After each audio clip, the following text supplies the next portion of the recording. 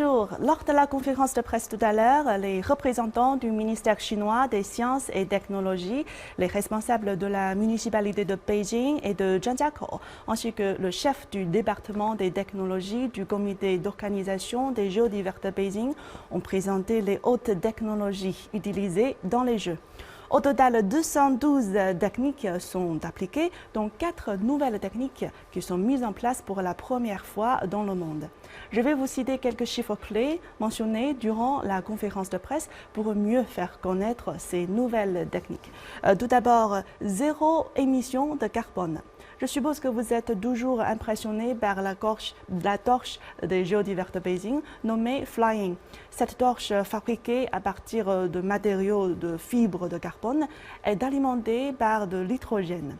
La torche est légère et résistante aux températures élevées et capable de brûler dans toutes les conditions météorologiques.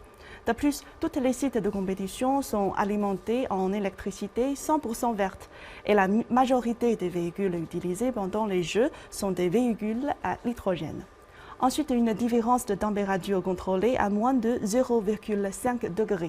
Avec une surface de glace d'environ 12 000 m², l'anneau national de patinage de vitesse, surnommé le ruban de glace, est le plus grand site de patinage de vitesse au monde.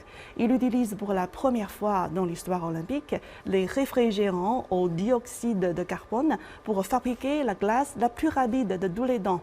La différence de température à la surface de la glace peut être contrôlée à moins de 0,5 degrés Celsius. Autrement dit, la glace est plus uniforme, ce qui aide les athlètes à obtenir les meilleurs résultats. Jusqu'à présent, les athlètes ont battu 8 records olympiques et un record du monde sur cette glace. Enfin, la prévision météorologique est essentielle pour assurer le bon déroulement et la sûreté des athlètes dans les sports de neige. Pour les Jeux d'hiver de Beijing, 3 satellites sont mis en service ensemble avec des équipements radars et des stations de suivi météorologique installées dans les 2 zones montagneuses de Yanqing et de Zhangjiakou.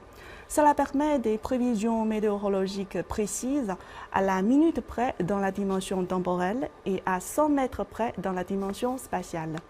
Escortés par ces hautes technologies dans tous les domaines, les Jeux sont plus verts, plus rapides et plus sûrs. Marianne, CGTN français, Beijing.